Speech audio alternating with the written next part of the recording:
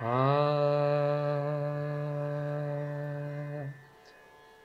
आ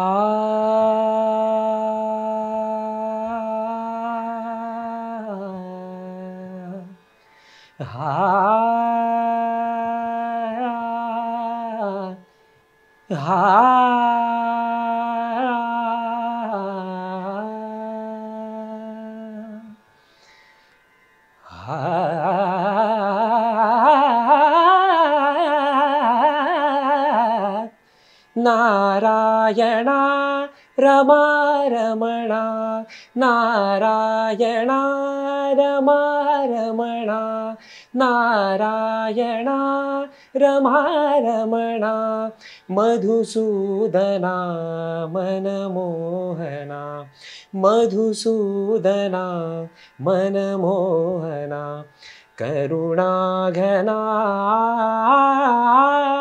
रे नारायणा रमा रमणा नारायणा रमा रमणा धावता श्रीहरी झडकरी बलसागर गोविंदा धावता श्रीहरी घडकरी बलसागर गोविंदा तुझिया चरणी सादर वंदन तुझिया चरणी सादर वंदन करितो परमानंदा करितो परमानंदा दे प्रसादा व्यंकटेशा दे प्रसादा व्यंकटेशा जगताच्या आनंदा रे नारायणा रमा रमणा नारायणा नारायणा नारायणा. वा, खूपच सुंदर. Thank you thank you. सो तुम्हाला सगळ्यांना नक्कीच कळलं असेल की आज दिल के करीब वेगळं वळण मध्ये आपण भेटणार आहोत अभिनेता गायक समीर परांजपे यांना. चला तर मग स्वागत करूया तुमच्या लाडक्या समीरचं. वेलकम टू दिल के करीब एक वेगळं वळण. Thank you so much. दिल के करीब बघतो. हो हो. तुला माहित असेल की तुझं स्वागत आम्ही करू पण ते गिफ्ट्स देऊ. येस. आपली एक मैत्रीण आहे बरं का, निलिमा अमित नावाची, जी एक लाईफ कोच आहे, रेकी हिलर आहे आणि तिने एक खूप सुंदर पुस्तक लिहिलंय, एक आयुष्य अनेक प्रवास आनंदी जीवनाचं रहस्य. आणि हे तुझ्यासाठी भेट म्हणून पाठवलंय. हे मराठीत आहे पण इंग्लिशमध्ये सुद्धा अवेलेबल आहे. Thank you so much Nilima, thank you so much या गिफ्टसाठी. आणि हे खरं तर खूप सुंदर आहे, टायटलच फार मस्त आहे, एक आयुष्य अनेक प्रवास. म्हणजे आपण आता तुम्ही स्वतःही अभिनेत्री आहात त्यामुळे आपण अनेक प्रवास करत असतो या निमित्ताने. अभिनेता म्हणून आपण वेगवेगळी कॅरेक्टर्स जगत असताना, त्यामुळे मला नक्की आवडेल. आणि पुन्हा एकदा थँक्यू सो मच निलिमा. आणि तुझ्या नातेवाईकांना किंवा मित्रमैत्रिणींना जर का हे पुस्तक घ्यायचं असेल तर ॲमेझॉनवर अवेलेबल असतं. डेफिनेटली. आणि याची लिंक मला असं वाटतं की आपण डिस्क्रिप्शनमध्ये सुद्धा देतो. तुझी गाण्याची आवड आणि गाण्यातलं शिक्षण लक्षात घेऊन रोहन प्रकाशनने तुझ्यासाठी खास पाठवलंय हे पुस्तक. रोहन प्रकाशन त्यांच्या क्षेत्रात जवळपास 41 वर्ष कार्यरत आहेत आणि आपल्याबरोबर दिल के करीब बरोबर सुद्धा आहेत. सो बेसिकली ते आपल्या दिल के करीब आहेत, आपले स्पॉन्सर आहेत. वा, थँक्यू सो मच रोहन प्रकाशन. अफसाना लिख रही हूँ. कमाल, खूपच छान, thank you so much. So basically Hindi गाण्यांचा प्रवास सांगणारं हे पुस्तक आहे. आणि रोहन प्रकाशनच्या कुठल्याही पुस्तकावर त्यांनी RDK20 हा कुपन कोड जर का दिल के करीबच्या प्रेक्षकांनी वापरला तर त्यांना 20% डिस्काउंट सुद्धा देणार आहेत. आपली एक साताऱ्याची मैत्रीण आहे डॉक्टर आरती सोमण आणि त्यांच्या ब्रँडचं नाव आहे Nisarg herbs. So basically skin care products बनवतात, त्या ऑर्गॅनिक आहेत. ओके. आणि तुझ्यासाठी पाठवलंय face scrub. Okay. Wow. Body oil, face oil thank you so much. आणि साबण. Thank you so much. खूप छान आहेत प्रॉडक्ट्स त्यांचे. आणि मेन ऑर्गॅनिक आहे त्यामुळे हो. खूप साईड इफेक्ट्स आणि हे. सो निसर्ग हर्ब्स, तुम्ही सुद्धा सगळे प्रेक्षक, दिल के करीबचे सगळे प्रेक्षक, तुम्ही सुद्धा नक्की ह्यांच्याशी कॉन्टॅक्ट करू शकता आणि ते हे घेतात products अरे तुम्ही- नेहमी. हो ना. हो हो हो. बहुतेक जण घेतात. वाव. कारण तुला माहिती आहे ना, NH25 कुपन कोडवर त्यांना 25% डिस्काउंट मिळतो. ओ नाईस. Thank you so much. आपली आणखीन एक मैत्रीण आहे नेहा अभ्यंकर.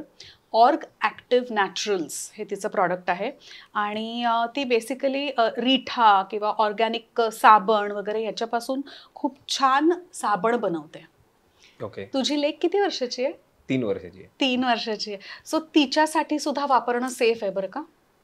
अरे एवढे वा. छान आहेत Nice, तिचे nice, products. nice, nice.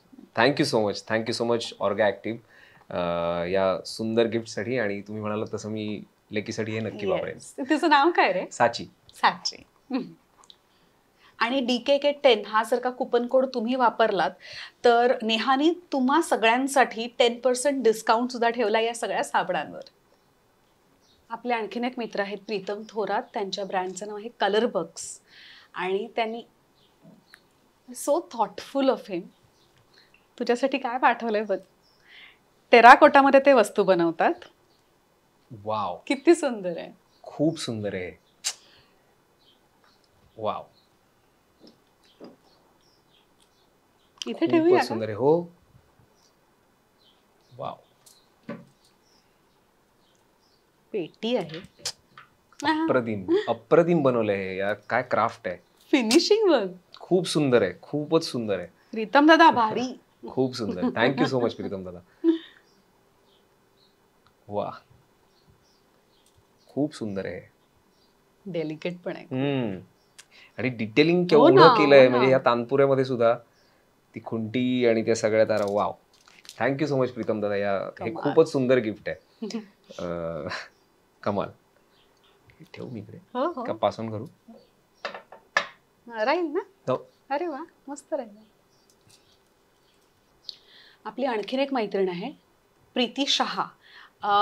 Uluk the owl नावाचं तिचा एक NGO आहे आणि हे जे फॅक्टरीजमधलं एक्सेस फॅब्रिक असतं ना त्यातून ते असं युनिक आयटम्स बनवतात. हो. तुझ्या घरासाठी तोरण पाठवले तिने. वाव. Thank you so much. आणि त्यांच्या कमाल आहे. प्रॉडक्ट्सची स्पेशालिटी अशी आहे की कुठलंही त्यांचं एक प्रॉडक्ट म्हणजे तोरण जर का दुसरं असेल असं सिमिलर डिझाईनचं तर ते तसंच दिसणार नाही कारण फॅब्रिक फॅब्रिक सेम सेम वापरलं जात नाही. Very nice. छान आहे ना. खूपच सुंदर आहे. व्हेरी आणि हे म्हणजे असं वाटत नाही की उरलेल्या फॅब्रिक मधनं किंवा हे केलंय. खूप अप्रतिम कॉन्सेप्ट आहे. त्यामुळे thank you so much. Thank you so much. Nishant Awale आणखीन एक खूप गोड मित्र आहेत आपले. त्यांच्या ब्रँडचं नाव आहे चेरी पिक आणि तुझ्यासाठी मस्तपैकी केबिन बॅग पाठवली आहे with a personalise name tag. Name tag. Oh nice. हा नेम टॅग आहे. Thank you so much. आणि या सगळ्या बॅग्सवर दादांनी 35% डिस्काउंट सुद्धा ठेवलाय. Hurry up. पण थँक्यू सो तुला मच. खरं सांगू का ह्या बॅग्सचा खूप खप आहे. म्हणजे दिल के करीबमुळे असं नाही पण खूप हो, सुंदर हो. स्टर्डी बॅग्स आहेत. मी Actually. स्वतः शूटिंगसाठी वापरते वा. आणि कॉम्पॅक्ट आहे मस्त साईज पण मस्त नाही आहे. सध्या त्याच्यापुढे मी वापरणार उद्यापासून. सो गप्पांना सुरुवात करूया. येस. खरं सांगू का 1 तासभर गप्पा मारण्यापेक्षा मी तुझं गाणं ऐकेन. थँक्यू खूप सो छान मच. गातेस. Thank you so much. Very thank you nice. So much. So हा प्रवास कसा चालू झाला म्हणजे अभिनेत्याकडून गायकापर्यंतचा की उलटा? खरं तर उलटा. हा. कारण लहानपणी मी गाणं आधी शिकायला सुरुवात केली. म्हणजे आजोबांच्या लक्षात आलं खरं तर घरी सगळ्यांना असं असायचं. गाण्याचं वातावरण होतं. म्हणजे माझ्या घरी आजोबांना गाणी आवडायची. बाबा, आई, आजी या सगळ्यांना गाणी खूप आवडायची. त्यामुळे घरात कॅसेट्सचा एक असा काय म्हणतो त्यावेळेला कॅसेट्स होत्या 90s मध्ये. त्यामुळे एक अख्खा कप्पा भरलेला होता ज्याच्यात कॅसेट्स असायच्या आणि प्रत्येकाची वेगवेगळी आवड होती. आजोबांना सुधीर फडकेंची गाणी आणि ती सगळी भावगीतं खूप आवडायची. सकाळी पहिले जो कार्यक्रम लागतो सकाळी 5-5:30 ला उठल्यावर ते रेडिओ ऑन करायचे हळू आवाजात. त्यामुळे तिथपासून ते अगदी घरातल्या सगळ्यांना आवड होती आणि मग ते मी गुणगुणायचो. तर तेव्हा काही असं वाटलं नाही की असं काही असेल. पण एकदा मी गणेशोत्सव सुरू होता आणि आजोबांबरोबर मी मार्केटमध्ये गेलो होतो आणि तिथे जे आपल्या गणेशोत्सवामध्ये स्पर्धा सुरू असतात की गाण्याच्या इतर अशा काही मंडळांच्या, तर तिथे त्या गाण्याच्या स्पर्धा सुरू त्याचा आवाज येत होता, स्पीकर होता बाहेर आणि म्हटलं हे काय तर मग म्हटलं की मला जायचंय तिकडे असं म्हणून मी आजोबांच्या मागे लागलो. आजोबा म्हणाले चल ठीक आहे म्हणून तिकडे नेलं.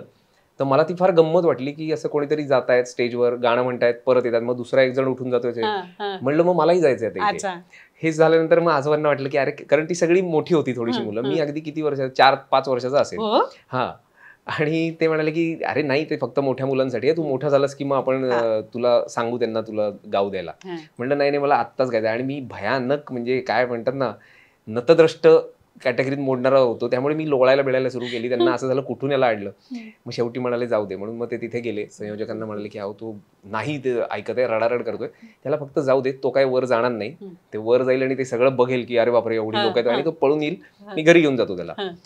तर तसं झालं आणि ते म्हणाले चल ठीक आहे. म्हणून मग त्यांनी ब्रेकमध्ये मधल्या एका याच्यामध्ये त्यांनी माझं नाव वगैरे घेतलं आणि मला जायला दिलं स्टेजवर गेलो. आणि मी जे आजीने शिकवलेलं एक गाणं होतं, सकल कलांचा तू अधिनायक, जे गणपतीचं होतं, तर ते म्हटलं माझंच काही पेटी तबला वगैरे काय कुठे चाललं होतं सगळं तिसरीकडे, मला माझं ते म्हणायचं म्हणून जाऊन बसलो, ते म्हटलं पटापट आणि आलो. मग जरा त्याच्यानंतर आजोबांना वाटलं की अरे ह्याला बहुतेक आवडतंय, कारण मला असं वाटलं नव्हतं की तू वर जाशील, बसशील, गाशील. मग त्यांनी आईला सांगितलं की अगं बहुतेक ह्याला आहे, बघूया आपण याला क्लास शिक्षण सुरू करू, त्याला आवडलं तर राहील, नाही तर परत काही दिवसाने बघता येईल. पण मग तिथून त्यांनी माझ्यासाठी गाण्याचा क्लास शोधला. आणि 5 वर्षाचा असल्यामुळे कोणी घ्यायलाच तयार नव्हतं गाण्याच्या क्लासला, कारण त्याला लिखाण असतं की काहीतरी लिहून देतात आणि हे लिहायलाही येत नव्हतं, वाचायलाही येत नव्हतं. पण एक आमच्या बाजूलाच संगीत टीचर होत्या, चाटी म्हणून, संगीता चाटी. तर मग त्यांच्याकडे मला जायला असं, त्या म्हणाल्या त्याला येऊन बसू देत, ऐकायला आवडतंय ना, मग त्याला बसू देत. तुला जेव्हा आईला म्हणाल्या त्या, तुला जेव्हा घरात काम असेल आणि तो नको असेल त्यावेळेला तिथे आडून सोड, तो जेवढा वेळ बसेल तेवढा बसू देत, मग बघूया. असं ती सुरुवात झाली. आणि मग हळूहळू ते आवडायला लागलं. मग मी प्रॉपर फॉर्मली ते शिकायला सुरुवात केली. आणि मग त्याच्यानंतर सुरेश हावेली म्हणून माझे गुरु आहेत, त्यांच्याकडे मग कन्सिस्टंटली मी शिकलो. 5व्या वर्षापासून जवळपास मी 16व्या वर्षापर्यंत, जेव्हापर्यंत 10वी पर्यंत मी होतो गावी, तोपर्यंत कन्सिस्टंटली मी शिकलो. त्यामुळे गाण्याने खरं तर सुरुवात झाली. पण गॅदरिंगमध्ये आणि याच्यामध्ये मी नाटकं आणि हे सुद्धा करायचो शाळेच्या गॅदरिंगमध्ये, त्यामुळे दोन्ही गोष्टी झाल्या. पण सुरुवात दोन्ही आवडायचं खरं तर, कारण गॅदरिंगमध्ये तो काय काय नाटकामधले असतात, मग काहीतरी सरपंच बनायचं किंवा काय बनायचं, तर ते सगळं अटायर वगैरे घालून ती मजा यायची, त्यामुळे तेही मला खूप आवडायचं. किंवा आपला ललित कुमार म्हणतो आपला, मला आता आठवत नाही, जो छोटा हे होता, क्रांतिकारक होता, त्याच्यावरती एक नाटक बसवलं होतं. मला ते इंग्रजाचाच रोल दिला होता, ती वेगळी गोष्ट, पण मला ते फार गंमत वाटायची की असं सगळे मिळून आपण परफॉर्म करायचं, त्यामुळे मला आवडायचं. पण सुरुवात गाण्याने झाली. आणि तू मूळचा मुंबईचा नाही ना? नाही, मी बार्शी नावाचं गाव आहे, सोलापूर जिल्ह्यात, तालुका प्लेस आहे. म्हणजे पंढरपूर, बार्शी हे सगळे तालुके सोलापूर जिल्ह्यातले, त्यातलाच एक तालुका आहे बार्शी. तिथे माझं शिक्षण झालं, माध्यमिक शिक्षण 10वी पर्यंतच तिथे झालं. आणि त्याच्यानंतर मी 11वीला पुण्याला शिकायला होतो. मग तिथून मी नुमवीला होतो 11वी-12वीला. आणि त्याच्यानंतर PVG मधून मी इंजिनिअरिंग केलं, इलेक्ट्रिकल, आणि मग मुंबईला आलो. आणि मग ऍक्टिंग इंजिनिअरिंग, हो, इंजिनिअरिंग करताना सुरू झालं ऍक्च्युली हे सगळं. मग एकांकिका स्पर्धा होत्या आणि थोडंसं असं झालं की 11वी-12वीतली ही जी 2 वर्ष होती, थोडीशी जरा माझी बुजण्यात गेली. कारण मी एकदम छोट्या गावातून, मला ते पुण्यात आल्यानंतरचं ते सगळं मला झेपत नव्हतं. म्हणजे ती 2 वर्ष माझी तिथे ऍडजस्ट होण्यातच गेली. तेवढा कॉन्फिडन्स नसायचा, काहीतरी एक इन्फेरियर फील व्हायचं की अरे मी आउट ऑफ प्लेस आहे या जागेत, असं ते सतत वाटायचं.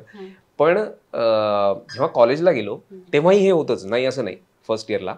पण जेव्हा मी गायन म्हणून तिथे ग्रुपमध्ये जॉईन झालो, आर्ट सर्कलमध्ये, त्याच्यानंतर तो थोडासा गेला. कारण त्याच्याने असं झालं की माझं ते सगळं गळून पडलं आणि लोक मला, किंवा ती जी मुलं होती त्या ह्यांच्यामध्ये अप्रिशिएट करायला लागली.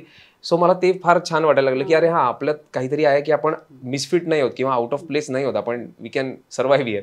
त्यामुळे तशी ती सुरुवात झाली. आणि मग एकांकिका स्पर्धा केल्या 4ही वर्ष. फिरोदिया, पुरुषोत्तम, ज्या पुण्यातल्या सगळ्या मोठ्या एकांकिका त्या सगळ्या केल्या मी. आणि त्याच्यातही मी सगळं केलं, म्हणजे म्युझिक देण्यापासून ऍक्टिंग, डिरेक्शन, लेखन हे सगळं मी केलं. बरं. त्यामुळे मला फार मजा आली. ती जी 4 वर्ष आहेत माझ्या आयुष्यातली ती खूप कमाल होती. म्हणजे त्याच्यामुळे कॉन्फिडन्स खूप वाढला. आणि पुण्याचं एक म्हणजे मला विशेष सांगायला आवडेल की भाषा ह्या विषयावरती जी काही एक तुमचं वाढतं ना, हे खूप छोट्या छोट्या गोष्टी आहेत ते तिथे करेक्ट करतात. आणि लोक म्हणजे माझं आता जे गाव आहे तिथे सहज म्हणतो की अरे तिथे मी उभारलो होतो. तर काही जण असे इतके स्ट्रेट फॉरवर्ड होते, ते म्हणायचे अरे गुढी उभारतात, माणूस उभा राहतो, तर त्यामुळे ते नीट बोल. सो ह्या काही गोष्टी खूप ब्रशअप झाल्या आणि खूप चांगलं वाचायला मिळालं. खूप चांगले थिएटरचे जे आमचे सिनियर्स होते किंवा अनेक जणांचे वर्कशॉप्स करायला मिळाले. सो मग त्याच्यातनं ती खूप आवड तयार झाली की नाही आपल्याला हे छान वाटतंय, हे करताना आपल्याला खूप चांगलं वाटतंय. आणि मुळात कॉन्फिडन्स बुस्टिंग होतं ते सगळं माझ्यासाठी.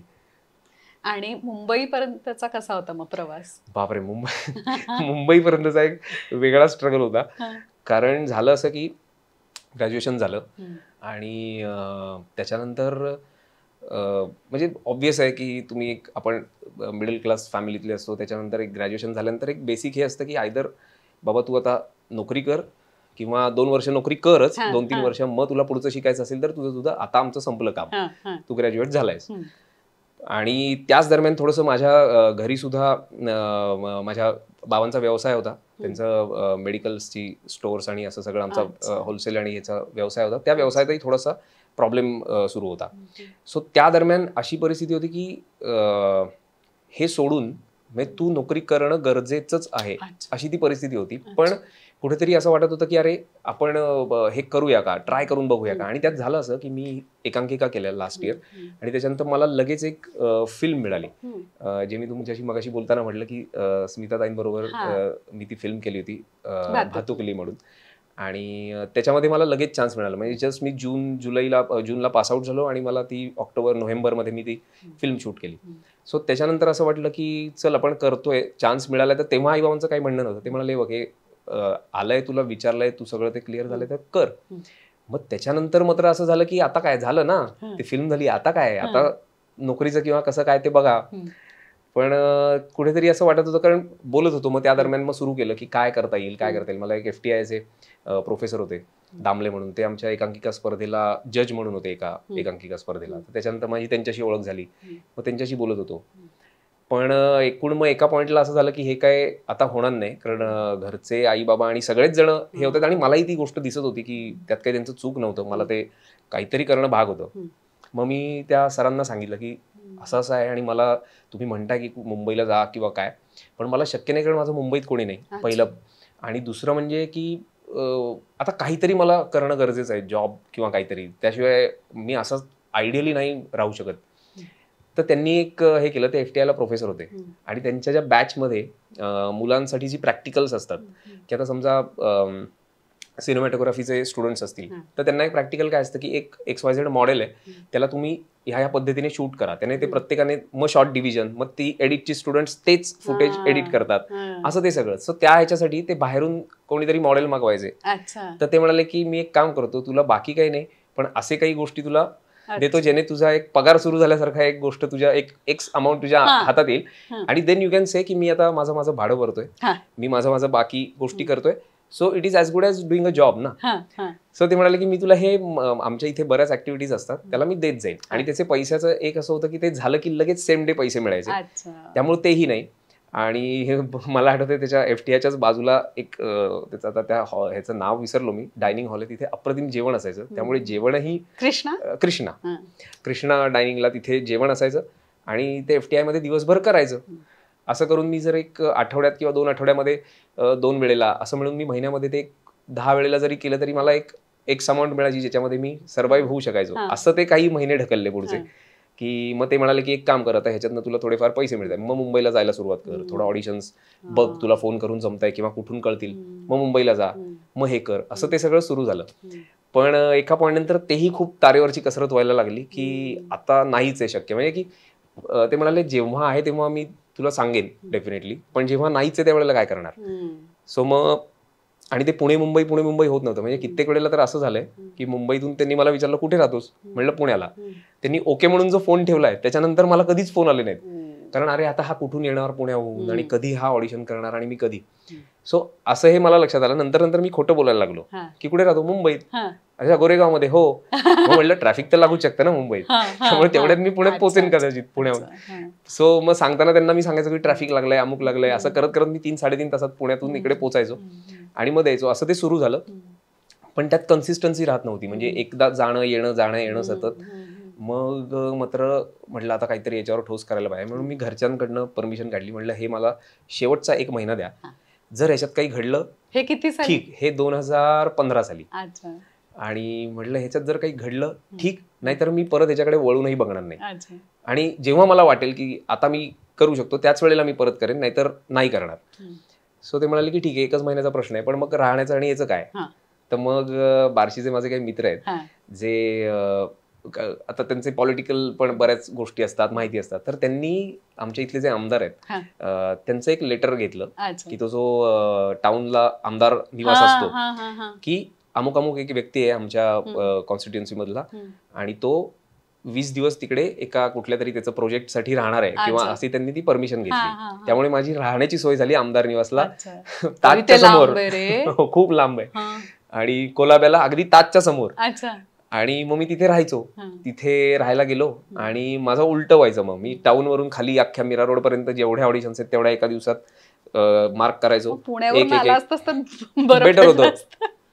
पण मग म्हटलं चला इथे, कारण काय होतं नाही म्हटलं तरी ना, मुंबई जेव्हा तुम्ही राहता असंख्य गोष्टी तुम्हाला कळत असतात. तिथे गेल्यावर तुला दुसरं कळतं, मग तू तिसरं कळतं. अशा त्या कनेक्टिव्हिटी ती पुण्यात थोडीशी नव्हती.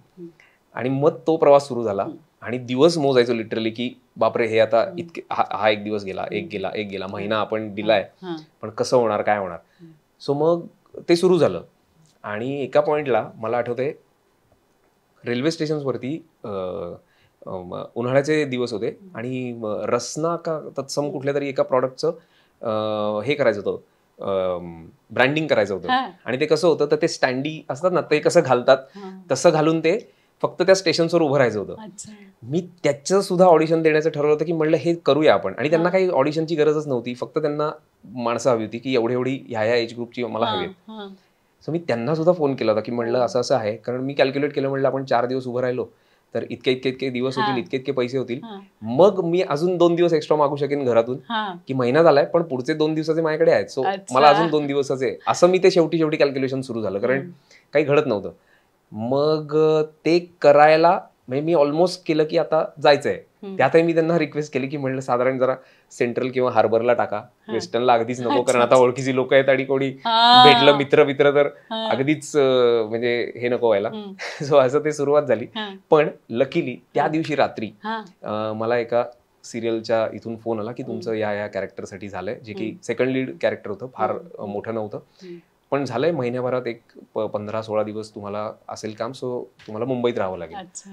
मग जरा सुटकेचा विश्वास टाकला, म्हणलं चल ठीक आहे. म्हणून मी पहिला फोन केला घरी. ती पण गंमत आहे, मी आईला फोन केला, आईला सांगितलं, म्हटलं असं असं मला एक ठिकाणून मिळालंय आणि झालंय माझं फायनल, 15-16 दिवसाचं काम आहे. आई म्हणाली मग बाकीचे 15 दिवस तू काय करणार, कारण त्यांना ह्या गोष्टी माहितीच नाहीत ना की कसं एक काम म्हणजे की ते 30 दिवस काम पाहिजे किंवा सुट्ट्या. सो म्हटलं ते मी बघतो, पण आता मी शिफ्ट होऊ शकतो. मग ते झाल्यानंतर मग मी मुंबईला शिफ्ट झालो आणि देवदयेने त्याच्यानंतर मग कधी असं झालं नाही की परत फिरण्याचा विचार किंवा आता काय करू. मग ते एकात नाही कामातनं कामं किंवा थोडंसं स्वतःला ग्रूम करत, काही गोष्टी शिकत, काही हे करत करत करत मग तो प्रवास सुरू झाला. अच्छा, बापरे. पण एक्साइटिंग असेल, खूप एक्साइटिंग, खूप. आणि ते करताना आता कदाचित असं वाटतं बघून की 5-7 वर्ष आता या सगळ्याला होऊन गेले, तेव्हा वाटतं की अरे आपण कसं काय विचार करून आलो होतो, म्हणजे काय म्हणून आलो होतो आपण. डेअरिंग बाकी बळच डेअरिंग. आणि म्हणजे की म्हणलं यार मी बाबांच्या जागी असतो तर मी तर म्हणजे काहीच्या काही केलं असतं, त्यांनी काहीच केलं नाही त्या मनाने, असं एक ते जे फिलिंग येतं. आणि आता बरेच जण आपण ते आता खूप क्लिशे आहे की तू बाप झाल्यावर कळेल, पण ते आता जेव्हा मला कळतं की अरे हे किती अवघड आहे, काय बघून मी ह्याच्यात पडलो होतो, किंवा काय एक फक्त मनात वाटतंय की आपण करू शकू आणि म्हणून आपण उडी घेणं आणि ते होणं. पण इट हॅपन्ड. म्हणजे आणि माहित नाही, पण तो एक ट्रस्ट म्हणण्यापेक्षा मला एक ती श्रद्धा होती त्या गोष्टीवर की हे मी करतो, हे मी मनापासून करणार. भले मला एवढं येतं तर तेवढं मी माझ्या मॅक्सिमम लिमिटपर्यंत मी नक्की करू शकतो, हे मला माहिती होतं. त्यामुळे ते झालं आणि तसा प्रवास सुरू झाला तेव्हा. वा वा. तुझा हा स्ट्रगल ऐकल्यानंतर मला एक गोष्ट आठवते. अमन वर्मा माहिती असेल हिंदीतला. तर अमनने एकदा मला सांगितलं होतं की तो दिल्लीवरून आला होता इथे स्ट्रगल करायला आणि शेवटचे 100 रुपये उरले होते त्याच्याकडे, शेवटचे, म्हणजे खूप महिने स्ट्रगल करत होता. त्याने विचार केला की हे 100 रुपये आता मी काय करणार आहे, आता परत जायची वेळ आली आहे. एक भिकारी आला, त्याला त्यांनी ते उरलेले 100 रुपये देऊन टाकले. तो म्हटला मी काहीच नाही, म्हणजे ह्याच्यातून काहीच होणार नाहीये माझं. आणि बरोबर त्याच दिवशी त्याला हिंदीची एक अतिशय मोठी सिरियल मिळाली आणि मग तो अमन वर्मा झाला. आय थिंक तुझं व्हेरी क्लोज टू दॅट ना. त्याच दिवशी म्हणजे त्याच रात्री मोठं. आणि लिटरली असंच झालं होतं की आता संपला बॉस, आपलं सगळं लिमिट संपलंय. आणि काही ठिकाणून होतं, मी म्हणजे लिटरली ह्या इथून शॉर्टलिस्ट झाल्याचा मला फोन आला होता, पण ह्याच्या आधी इतक्या वेळेला असं झालं होतं की शॉर्टलिस्ट आहे पण नंतर काहीच झालं नाही. त्यामुळे ते एक मनात बसलं होतं की शॉर्टलिस्ट ठीक आहे रे, पण मला आता असा मेसेज कधी येईल की मला उद्यापासून शूट आहे आणि कन्फर्म आहे. त्यामुळे मी असंख्य वेळेला फोन करायचो, कदाचित ते इरिटेटही झाले असतील पण अल्टिमेटली ते झालं समहाव. पण मला हे खरंच वाटतं, तुम्हाला ते ना टेस्टिंग पिरियड जो असतो ना तो भयानक असतो त्यावेळेला. म्हणजे लिटरली तुम्हाला सांगतो, मी म्हटलं ना की एक दिवस आपल्याला कसा वाढवता येईल त्यासाठी मग काय काय करता येईल ह्या सुद्धा गोष्टी. मग विदाऊट तिकीट प्रवास केला. फार मोठं नाहीये, 20 रुपये वाचणार आहेत, पण ते 20 रुपये इंटू 5 केले तरी 100 होतात. हे कॅल्क्युलेशन जेव्हा तुमचं सुरू होतं, आणि हे कॅल्क्युलेशन एका पॉइंटला अवघडही जातं, कारण अरे आपण एवढं शिक्षण घेतलंय, आपल्या बरोबरीची मुलं आज काहीच्या काही पटीने पगार घेत आहेत जे आपणही घेऊ शकतो, आणि आपण हे काय करतोय किंवा काय असं वाटू शकतं. पण मला माहित नाही, मला तसं कधी वाटलं नाही ते करताना की मी असं फार काहीतरी कष्टात दिवस काढतोय किंवा काय. ते आहे ना की काय ग्रॅब बॉरो और स्टील, बेग बॉरो और स्टील. सो ते त्या ह्याच्यातच होतं की जसं मिळेल तसं मला फक्त तिथे पोचायचं आहे, आणि ते आता बघू कसं पोचेल तसं, लिफ्ट मागून पोचूया, पळत जाऊया, धावत दॅट ते ते ते तुझा लुकआउट आहे, पण पोचणं महत्वाचं आहे. हे एकच होतं डोक्यात. पण वर्थ इट ना. Worth it, definitely worth it. आम्हाला तुझ्याकडे बघून खूप छान वाटतं. गोठ त्याच्यानंतर तुझी मालिका झाली, त्याच्यानंतर सुंदरा झाली. तो एक्सपिरियन्स कसा होता? सुंदरामध्ये तर मेन लीड हिरो. हो, गोठ ऍक्च्युली माझी पहिली सिरियल जी मला लीड म्हणून मिळाली. त्याच्या आधी मी छोटी छोटी कामं केली होती, पण गोठमध्ये पहिल्यांदा मला लीड म्हणून मिळालं. आणि एक्सपिरियन्स खूप छान होता, म्हणजे नवीन होतं एकतर सगळं. आणि मी म्हटलं तसं की प्रत्येक ह्याच्यात त्याच्यामध्ये निलुताई होत्या, नीलकांती पाटेकर. त्यामुळे सेटवर एक इन्स्टिट्यूशन असल्यासारखं होतं की आपण बऱ्याच गोष्टी असं होतं ना की कुठल्या कोचिंग क्लासमध्ये जाऊन नाही शिकू शकत, ते आपल्याला काही प्रॅक्टिकल तुझ्या ग्राउंड्सवरती शिकायला मिळतात, तशातला तो भाग होता. त्यामुळे ते काही दिवस होते. पण मला असं कायम वाटतं, स्पेसिफिकली नटाच्या बाबतीत तर हे होतंच किंवा प्रत्येकाच्याच बाबतीत आहे, पण की त्याचा तो स्ट्रगल ना कधी संपत नाही. म्हणजे सुरुवातीला स्ट्रगल होता की मला काहीतरी तरी काम मिळू दे, त्याच्यानंतर मग तो सुरू होतं की मग आता जरा मला छान काहीतरी रोल मिळाला पाहिजे, किंवा एक मेन लीड किंवा जे काय आपण म्हणू. तो एकदा मिळाला की त्याच्यानंतर असं वाटतं की अरे हे तेच होतंय का, मग अजून मला काहीतरी वेगळ्या शेडचं काम मिळू देत. ते झालं की मग असं तो सततचा एक कंटिन्युअस प्रोसेस आहे, आणि मला ती खूप चांगलीही वाटते. कारण तेवढं काय म्हणतो आपण, ग्रीडी, खरं तर वाईट शब्द आहे, ग्रीडी नाही म्हणता येणार, पण एक तेवढं असावं, ग्रीडी असायला पाहिजे की नाही रे मला आता हे वेगळं काहीतरी ट्राय करायचंय, ऍटलिस्ट माझं. मला नंतर मी म्हणेन की हे मला जमलं नाही, पण मला हे बघायचं एकदा, किंवा मला ते करून बघायचंय. असं ते एक थोडंसं माझ्यात होतं, म्हणजे आहे सुरुवातीपासून. गोट नंतर झालं असं की मला त्याच्या पुढे बरेच वर्ष त्याच पद्धतीचे रोल येत होते की मग तो एका संस्थानिकाचा मुलगाच असतो, किंवा मग तो परदेशातून शिकून आलेला डॉक्टरच आहे, किंवा मग तो छान बँकेत जॉबला आहे, किंवा तत्सम काहीतरी.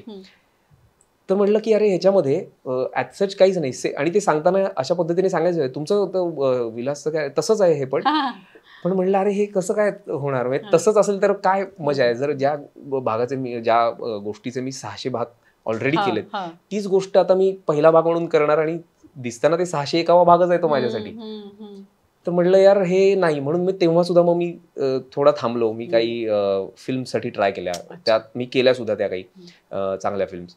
सो तो एक स्ट्रगल वेगळा होता. आणि त्याच्यानंतर कट टू जेव्हा तुम्ही म्हणालात सुंदरा नंतर आता असं सुरू झालं होतं की सगळे रोल मला तसे येत होते जे ग्रामीण भागातले, कारण सुंदरातलं कॅरेक्टर ग्रामीण होतं. आणि त्याच्या आधी मला असं वाटायचं की अरे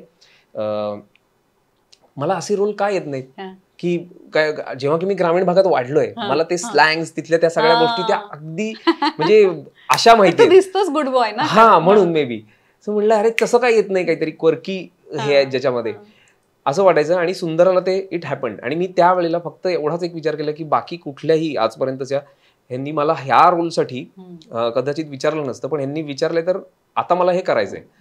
सो मी ते केलं, इट हॅपन्ड, ती चांगली झाली. आणि त्याच्यानंतर कळलं की अरे तू बऱ्यापैकी कॅच केलीस. तेव्हाही असं वाटत होतं की करशील न करशील, बऱ्याच जणांना मी पुण्याचं वाटत होतं किंवा काय, पण म्हटलं अहो नाही, माझं मी लहानपणापासून वाढलोय, त्यामुळे मला त्या सगळ्या गोष्टी फार चांगल्या माहिती आहेत. मग ते सुंदराचं सगळं सुरू झालं, मग तीही चांगली झाली. आणि त्याच्यानंतर पुन्हा एकदा ते सुरू झालं की प्रत्येक फोन, त्याच्यानंतर जेवढ्या टेलिव्हिजनचे फोन आले ते तसेच ते, अरे ते एक कोल्हापूरचं कॅरेक्टर आहे, अरे ते एक सांगलीचं कॅरेक्टर आहे किंवा काय. So it's a process definitely. आणि ते फक्त होतं कधीतरी की अरे एक केल्यानंतर मग तोच ठसा आपला राहतो की काय, किंवा तसंच होतं की काय, ते ब्रेक करण्यासाठी मग तो एक वेगळा स्ट्रगल. ब्रेक करण्यासाठी मग मे बी तुम्हाला तो गॅप घ्यावा लागेल, किंवा तुम्हालाच स्वतःला काहीतरी एक वेगळं आणावं लागेल प्रेक्षकांसमोर की नाही माझं हे पण आहे. तर असं कुठेतरी ते एक आहे. पण मला ते सगळं आवडतं करायला, की म्हणजे मला ऑलवेज असं वाटतं की आज जे मी काम केलंय ते उद्या जर मला मी एखादं वेगळं करत असेल तर हे विसरून ते काम लक्षात राहिलं पाहिजे, रादर दॅन की एक कुठलं तरी काम आहे जे मला 20 वर्ष, ते ऑब्व्हियसली ती सुद्धा एक खूप मोठी पावती आहे की 20 वर्ष तुम्हाला एखाद्या किंवा एक प्रेक्षकांच्या तुम्ही लक्षात राहणं एखाद्या कॅरेक्टरमुळे, हे खूपच मोठी गोष्ट आहे, नो डाऊट. पण असं वाटतं की रोज काहीतरी वेगळं आपल्याला खाद्य मिळायला पाहिजे, रोज काहीतरी चॅलेंज वाटलं पाहिजे. नाही तर मग लिटरली असं होतं ना की आपल्याला बॉडी लँग्वेजही चेंज नाही करायची. मला डायलॉग डिलिव्हरी सुद्धा जेव्हा आपल्यालाच ऐकू यायला लागतं की हे सेम बोलतोय मी, जे मी सतत बोलत असतो, तर मग ते थोडंसं असं व्हायला लागतं की अरे यार काहीतरी गणतंय, काहीतरी गणतंय.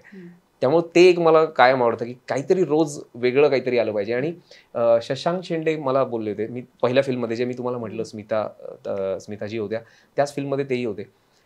ते म्हणाले बघ तू गातोस पण वगैरे, त्यांना माहिती होतं. मी काही लिखाण करायचो त्यावेळेला, एकांकिका वगैरे मी लिहायचोच, तर तेव्हा मी त्यांना पाठवायचो. तर ते म्हणाले एक सांगतो तुला, बाकी सगळ्या गोष्टी तू करशीलच, किंवा त्या फ्लोवर आपला काहीच कंट्रोल नसतो.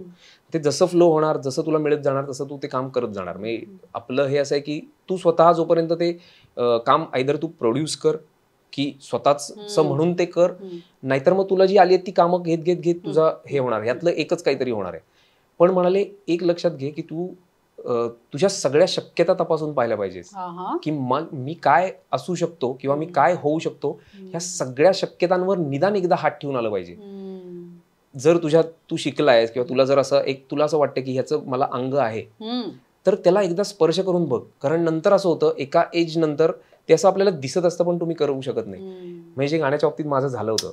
म्हणजे ह्या स्पर्धेमध्ये भाग घेण्याचा माझा हेतूच हा होता की एकतर मला दिसायचं, कारण मी तेव्हा आमचा ग्रुप होता, प्रॉपर म्युझिक बँड होता, जे आम्ही परफॉर्म करायचो, सगळं होतं. त्याच्यानंतर ग्रॅज्युएशन नंतर सगळे आपापल्या मार्गी गेले आणि तो ग्रुप तुटला. त्याच्यानंतर मी इकडे आलो, हे आलो.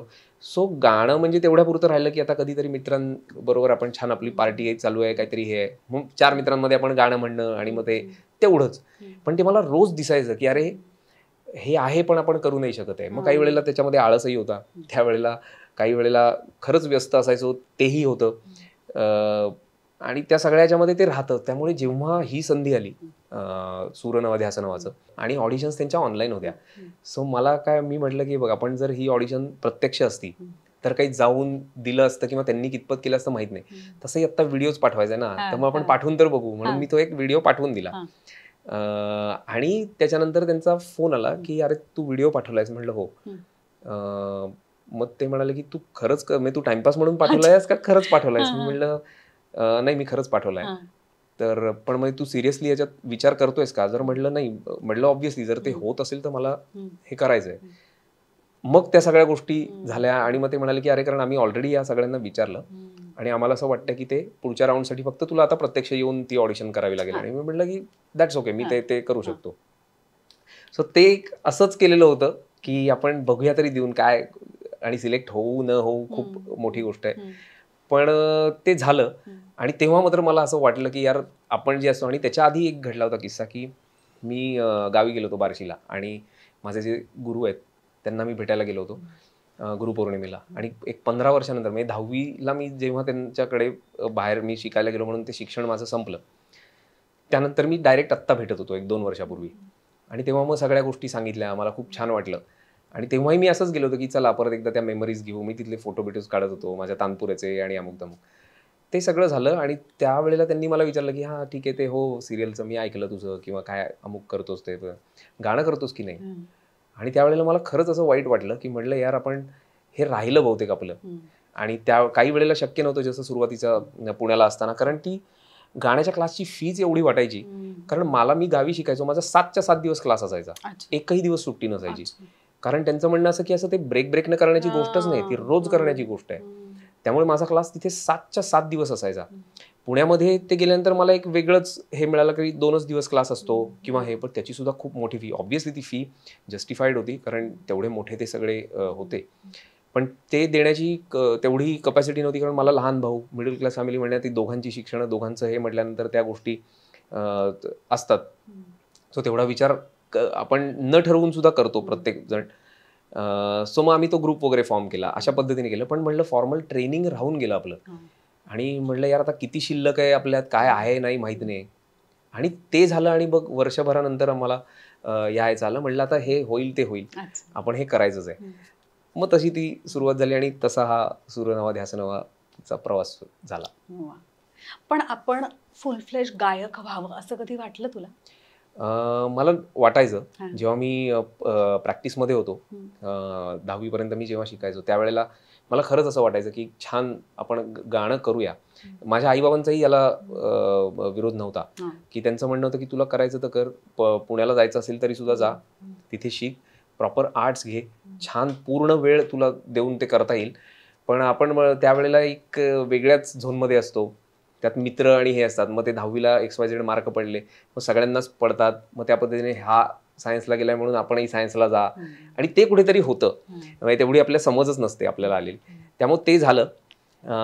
मला तेव्हा नेहमी वाटायचं की आपण चांगलं गायक, म्हणजे गायक होऊपेक्षा सुद्धा मला असं वाटायचं की मला ह्याच्यात राहणं खूप आवडतं. म्हणजे त्या सानिध्यात राहणं. मला 7-7 दिवस जेव्हा गाण्याचा क्लास होता त्यावेळेला तो कधीही घड्याळी नसायचा आमचा की 9 ते 10 किंवा हे सुरू होण्याचं टायमिंग असायचं, संपायचं कधीच नसायचं. कित्येक वेळेला माझा भाऊ तिथे युनिफॉर्म आणि माझ्या शाळेची बॅग घेऊन यायचा, मी तिथेच चेंज करायचं तिथून शाळेत. कारण ते जन्मतः अंध होते, अंध आहेत माझे जे गुरु आहेत ते. त्यामुळे त्यांना तो हे काही नाहीये, त्यांना जर लागलं तर ते मला 10 मिनिटात हाकलून नाही द्यायचं की तुझं आज हे नाहीये, लक्ष नाहीये, तू घरी जा. मग त्याच्या आपण की सर नाही सर मी करतो, नाही तुझं नाहीच रे लक्ष, पहिलं तू लावलास त्या वेळेपासून तुझं काहीतरी आज आहे, घरी जा. 10 मिनिटात घरी हाकलून द्यायचे. पण जर चालला तर तो 2-2, 3-3 तासही चालायचा. मग तिथेच चेंज करून मी सर आता शाळेची वेळ झाली, मी अरे बरोबर सॉरी जा असंही व्हायचं. त्यामुळे मला त्याच्यात राहणं खूप आवडायचं. ह्याने एक मात्र फायदा नक्की झाला गाण्याचा, म्हणजे अभिनयाच्या ह्याच्यात सुद्धा मी खूप हिंदी चिजा किंवा खयाल जे असतात गाण्यामध्ये ते मी खूप लहानपणापासून वाचलेत किंवा ते म्हणण्याची सवय आहे. त्याचे अर्थ तेव्हा कळायचे नाहीत. म्हणजे नाडारो रंग मोपे कन्हैया, भीग रहा मोरा सुंदर तनवा वगैरे, ह्याची समजच नव्हती त्यावेळेला. पण आज ज्या वेळेला ते बघतो की ती ठुमरी म्हणून तो काय प्रकार आहे किंवा त्याचं जे आपण काय म्हणतो त्याला एक सुंदर रासलीला आहे जी कृष्णाची आणि जी, ते आज असं वाटतं की अरे हे काय पद्धतीने लिहिलंय. आणि हे सगळं आमिर खुसरो आणि ह्या सगळ्या मोठ्या मोठ्या लोकांनी, तेव्हा ते कळायचं नाही, पण ते मला अवगत झालं माझ्या गुरूंमुळे, ते पाठ झालं. त्यामुळे ते आणि ते खूप पर्टिक्युलर असायचं की नुक्ता आणि हे हिंदी काव्य असल्यामुळे त्या सगळ्या गोष्टी त्या ऐकू येणं सुद्धा तसंच पाहिजे त्यांचं म्हणणं असायचं. त्यामुळे ते नुक्ता किंवा जर वरती अनुस्वार असेल तर तो ऐकू आला पाहिजे, तो सुरुवात आहेस म्हणून काहीच्या काही असं नाही चालणार. त्यामुळे त्या सगळ्या गोष्टीचं थोडासा कुठेतरी एक ते वाचायची हे खूप लागली. त्यामुळे मला हिंदी हा मी घेतला नाही, संस्कृत होतं माझं 10वी पर्यंत, पण नंतर मी हिंदी खूप वाचलं कारण मला ते आवडायचं. कारण हे कुठेतरी अरे हा हे असं काहीतरी आपल्या गाण्याच्या ह्याच्यात येऊन गेलंय असं ते एक होतं. त्यामुळे त्याचा मला नक्की फायदा झाला की खूप चांगलं काव्य, चांगलं हे मला खूप लहान वयात गाता आलं किंवा शिकता आलं. त्याचा अर्थ तेव्हा नाही कळायचा, पण आता तो कळल्यानंतर असं वाटतं की अरे आपण खूप काहीतरी मोठं शिकलोय, तो आपल्याकडे खजिना आहे तो. असं. तू वेब सिरीज करतोयस ना? वेब सिरीज करत होतो आता एक, आणि हिंदी आणि त्याचं ऍक्च्युली शूट झालंय, पण आता ते बघूया कधी आउट होतोय, त्यासाठीच आहे. वा, एकंदरीतच या गप्पांवरून मला असं कळतं तू काय थांबणार नाहीयेस. तू हिंदी फिल्म्स पर्यंत जाशील. Thank you so much. मी प्रयत्न आणि नक्की करेन. यशस्वी सुद्धा होशील. Thank you so much. मी प्रयत्न करेन.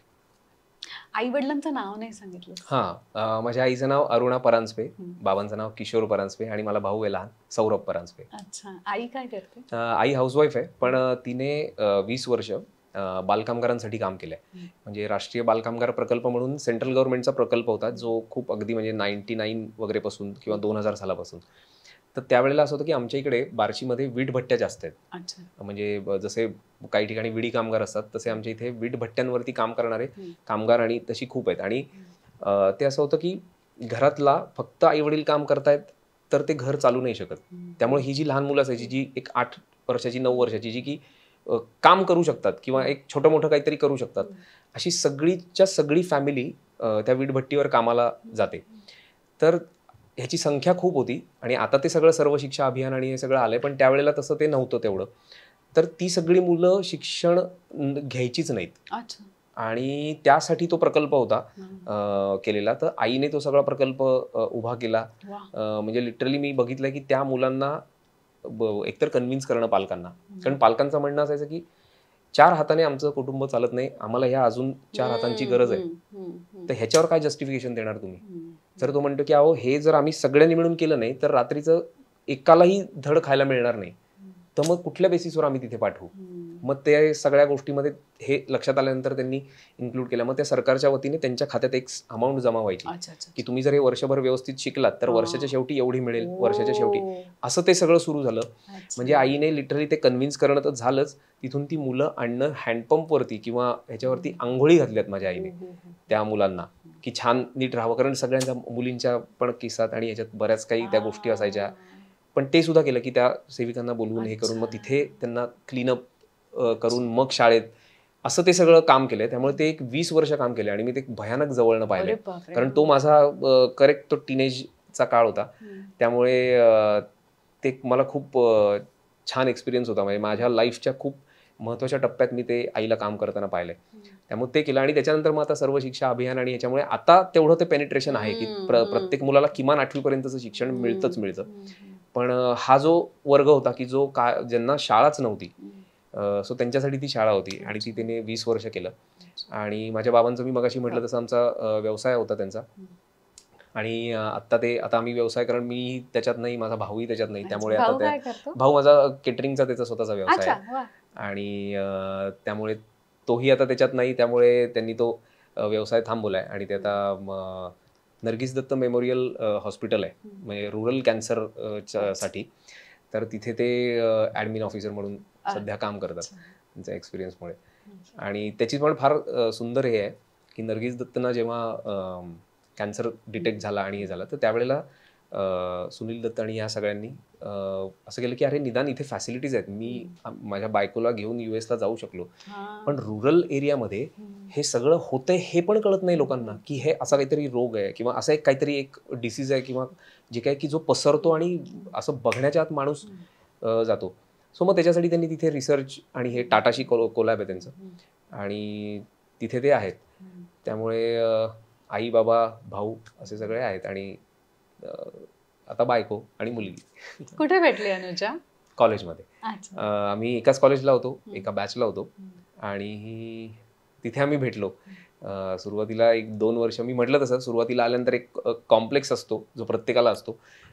मलाही होता तो फर्स्ट इयर पर्यंत, जोपर्यंत ते एक शिरकाव करत नाही आर्ट सर्कलमध्ये. आणि त्याच्यानंतर मग मी थोडासा ओपन अप झालो की अरे मग मित्र झाले माझे वेगवेगळे किंवा तेही त्या पद्धतीने रिस्पॉन्ड करायला लागले. जेवढं सुरुवातीला तेवढं व्हायचं नाही, एक दबून असल्यासारखा राहायचो किंवा थोडासा. मग तिथून छान हे झालं. माझं ग्रुपमध्ये आम्ही एकत्रच होतो, त्यामुळे डे 1 पासून आमची मैत्री छान होतीच. त्यामुळे ती तिथे भेटली. आणि लेक 3 वर्षाची? लेक 3 वर्षाची आहे. सुंदरच्या वेळेलाच होती आणि तेही म्हणजे देवदयेने सगळं जुळून आलं. नाशिकला शूट होतं, कारण कोविडमुळे इकडे परमिशन्स आणि हे नव्हतं. सो सगळं. आणि स्टोरी मुळात ती तशीच होती नाशिकची. आम्ही भाषा सुद्धा ती तिथलीच, आम्ही तो डायलेक्ट तो पकडला होता आणि सगळं. आणि त्याच वेळेला ती प्रेग्नंट होती. सो मग ते सुरुवातीला होतं की अरे मुंबई सोडून मग नाशिक आणि हे कसं, पण मग हे झाल्यानंतर मग तिचे आई बाबा तिथे असतात नाशिकला. सो मग ते सगळं जुळून आलं. म्हटलं की कोविडच्या सारख्या ह्याच्यामध्ये कुठेतरी एका ठिकाणी आमचं तेच चाललं होतं की आयदर माझ्या गावी बार्शीला किंवा मग कुठेतरी. मग आता हे सगळंच जुळून आल्यामुळे मग आम्ही नाशिकला गेलो. तुझे आणि लेकीचे व्हिडिओज रील्स वगैरे खूप आहेत.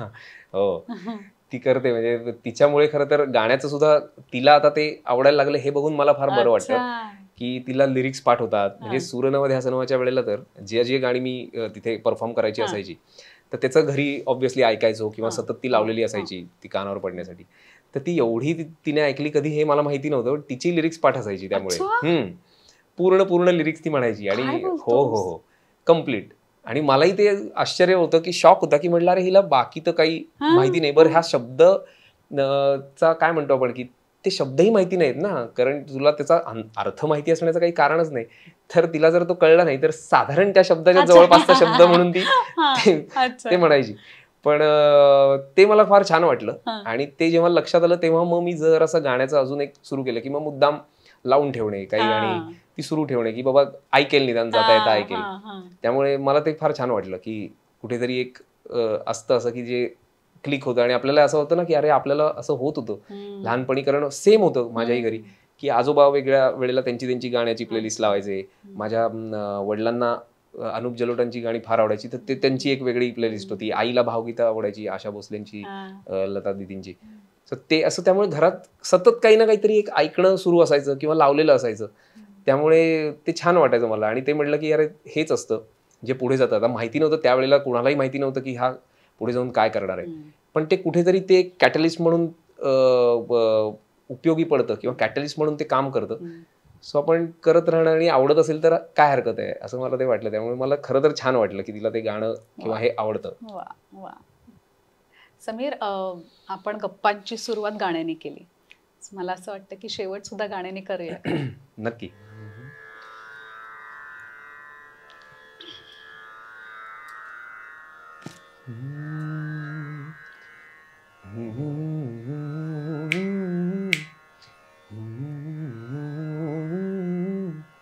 बावरा मन देखने चला एक सपना, बावरा मन देखने चला एक सपना, बावरे से मन की देखो बावरी है बातें, बावरी सी करवटें, बावरी है सांसें, बावरी सी हो कोई निंदिया क्यों भागे, बावरे से नैन चाहे बावरे झरोखों से, बावरे नजारों को तकना, बावरा मन देखने चला एक सपना, बावरा मन देखने चला एक सपना. क्या बात आहे. थँक्यू. खूपच मस्त. थँक्यू. हे छान वाटलं तुझ्याशी गप्पा मारून. मलाही खूप छान वाटलं. तुझा प्रवास ऐकून अंगावर काटा आला अक्षरशः. Thank you so much ma'am. Actually म्हणजे प्रवास तुम्ही हे म्हटला तेच खूप आहे. मी जसं तुम्हाला मध्ये म्हटलं तसं स्मिताजींबरोबर मी पहिलं काम केलंय.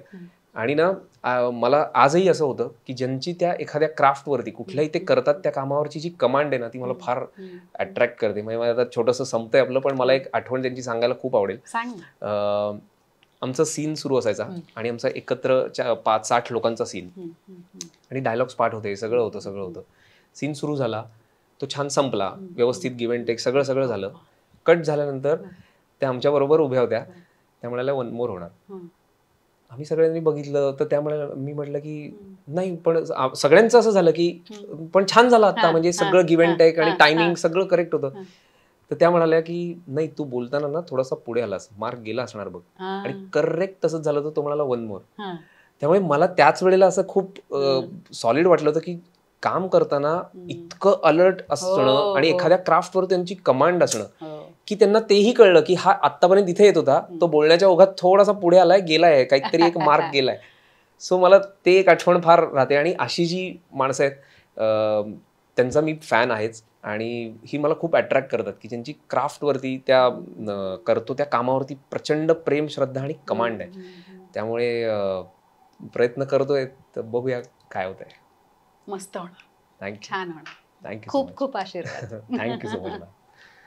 आणि तुम्ही सगळेजण ऑलवेज बघत राहा दिल के करीब, एक वेगळं वळण.